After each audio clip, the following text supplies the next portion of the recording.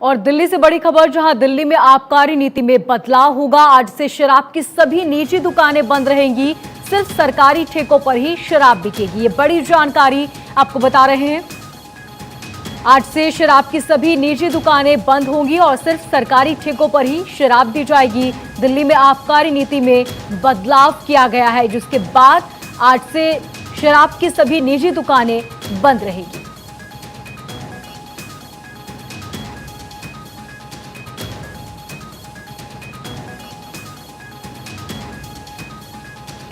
और ये बड़ी और अहम जानकारी आपको बता रहे हैं। दिल्ली में आबकारी नीति में बदलाव किया गया, जिसके बाद आज से शराब की सभी निजी दुकानें बंद होंगी और सिर्फ सरकारी ठेकों पर ही शराब बिकेगी। और दिल्ली में पुरानी आबकारी नीति फिर से लागू हो जाएगी। इसमें सरकारी दुकानों से भी शराब बेची जा सकती है। सितंबर के पहले सप्ताह में दिल्ली में शराब की 300 से अधिक सरकारी दुकानें खुलेंगी। दिल्ली में पुरानी आबकारी नीति लागू हो सकती है। देश की राजधानी दिल्ली में नई आबकारी नीति को लेकर घमासान मचा हुआ है। बीजेपी दिल्ली सरकार पर घोटाले का आरोप लगा रही है, तो दिल्ली की केजरीवाल सरकार इन आरोपों को सिरे से खारिज कर रही है। इन सब के बीच आज से राजधानी में पुरानी आबकारी नीति लागू हो गई है, जिसके तहत सरकारी दुकान से ही शराब बेची जानी है। शराब की बिक्री व्यवस्था में बदलाव की घड़ी करीब आते ही एक्साइज विभाग भी एक्शन मोड में आ गया है। शुरुआत में सरकारी शराब की करीब 500 दुकानें खोलने की तैयारी है। आने वाले दिनों में दुकानों की संख्या बढ़ाकर 700 करने की भी तैयारी है। एक्साइज विभाग के सूत्रों की माने तो अब तक करीब 80 होलसेल और उत्पादकों ने करीब 500 अलग अलग ब्रांड्स भी रजिस्टर करा लिए हैं।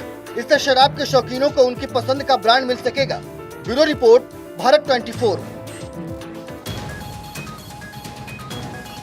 और बड़ी जानकारी, दिल्ली में आबकारी नीति में बदलाव किया गया। आपको बता दें कि आज सभी निजी दुकानें बंद रहेंगी और सिर्फ सरकारी ठेकों पर ही शराब मिलेगी। ज्यादा जानकारी के लिए मेरी संवाददाता निवेदिता मेरे साथ जुड़ चुकी हैं। निवेदिता, सबसे पहले जानना चाहेंगे कि किस तरह के बदलाव अब देखने को मिलेंगे।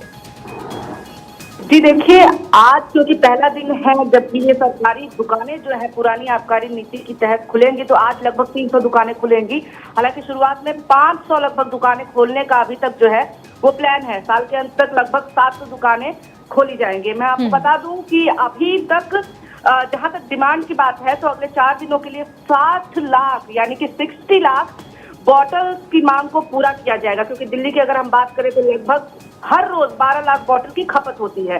और सबसे बड़ी बात यह है कि पुरानी आबकारी नीति लागू होने से जो शराब की सप्लाई है इसमें काफी सुधार आएगा। क्योंकि निजी हाथों में जाने के बाद से ही तमाम परेशानियां चल रही थी। एक तरफ विवाद भी चल रहे थे, वहीं सप्लाई में भी दिक्कत आ रही थी। कई ब्रांड से जो लोगों को मिल नहीं पा रहे थे, तो इसको देखते हुए अभी तक जितनी भी जरूरत है लोगों की, लगभग उतने बॉटल्स लोगों को अवेलेबल कराए जाएंगे। और साथ ही साथ हम ये बता दें कि जहां तक बात है, लोग चिंतित थे कि क्या दामों पे क्या असर पड़ेगा, जो कीमतें उन पे क्या असर पड़ेगा।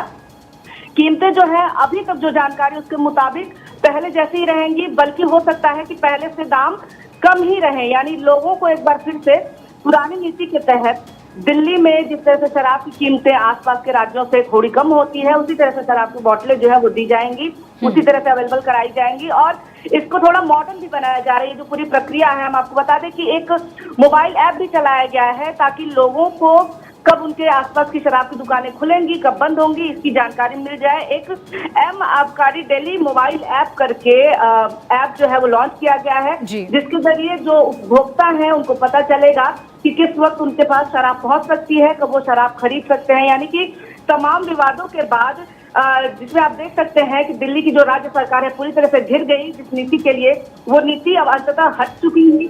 और जो पुरानी शराब नीति है उसी के तहत आज फिर से दुकानें खुल रही हैं।